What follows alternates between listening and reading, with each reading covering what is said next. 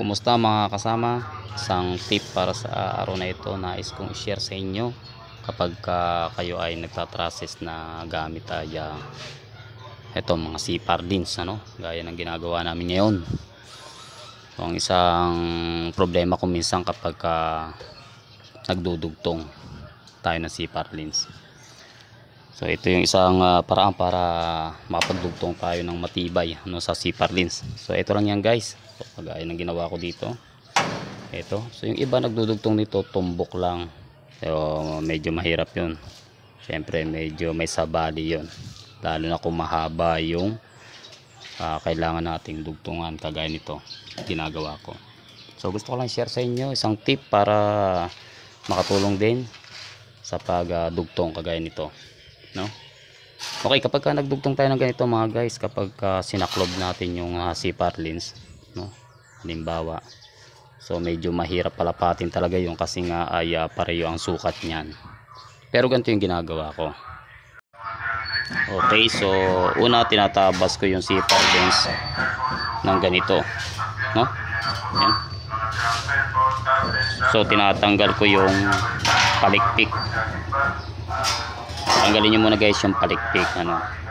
Okay, kapag natanggal nyo na yan, so pagkatapos ay tatabasin nyo naman ito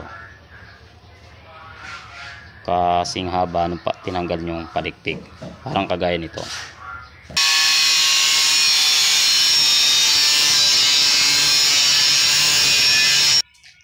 Okay, pagkatapos niyo matabas guys, ng ganyan, okay, so tinabas nyo na yan. So sigurado ko lalapat niya ng maganda. Okay, kita nyo? So may lalapat niya ng maganda.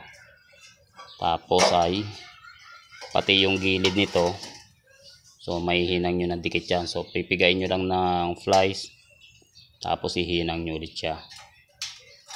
So siyempre ito, so pipigayin nyo rin, tapos hihinang nyo. Okay, so ganun lang kasimple, so matigas yan at maganda yung pagkakalapat nya. So parang ganito.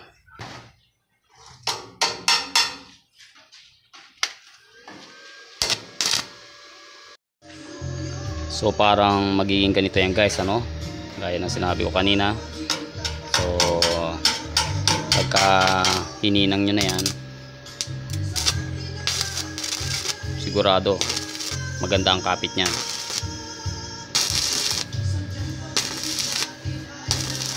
Okay, so yung tinabas ninyo, so hinangin ninyo, may hinang ninyo na maganda at dahil lapat nga siya, so may hinang din ninyo ito. Yan, pati yung kabila. Okay, so yun ang kagandahan, so lapat na lapat siya.